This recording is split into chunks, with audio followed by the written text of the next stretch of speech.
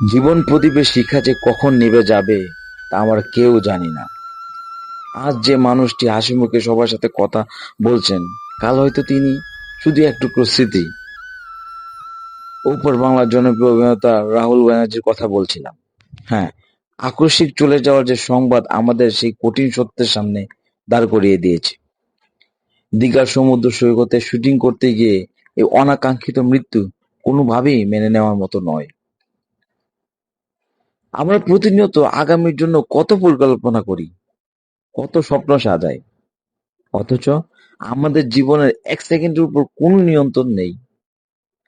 আজ কলকাতার অভিনয় জগতের এক উজ্জ্বল নক্ষত্র নিভে গেল।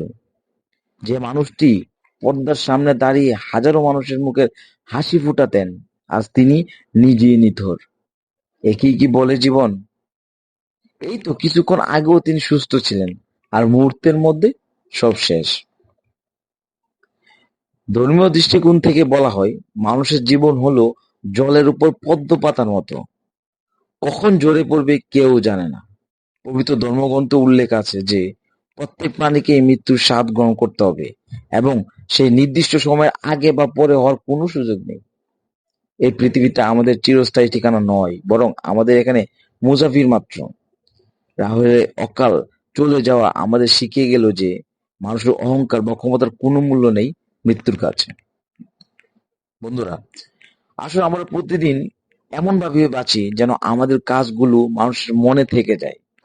কারোর সাথে তিক্ততা না রেখে ভালোবাসা ছড়িয়ে দিই, কারণ আমরা আজ জানি না আজ রাতে যাকে শুভ রাত্রি বলছি তাকে কাল সকালে দেখার সুযোগ পাবো কিনা, বা তার সাথে দেখার সুযোগ হবে কিনা।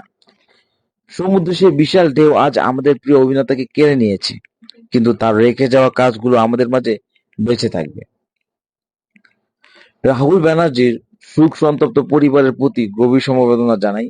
সৃষ্টিকর্তা তাকে ওপরে শান্তিতে রাখুক। জীবনের এই অনিশ্চয়তাকে মেনে নিয়ে চলুন আমরা মানবিক হই এবং প্রতিটি মুহূর্তের মূল্য দিতে শিখি।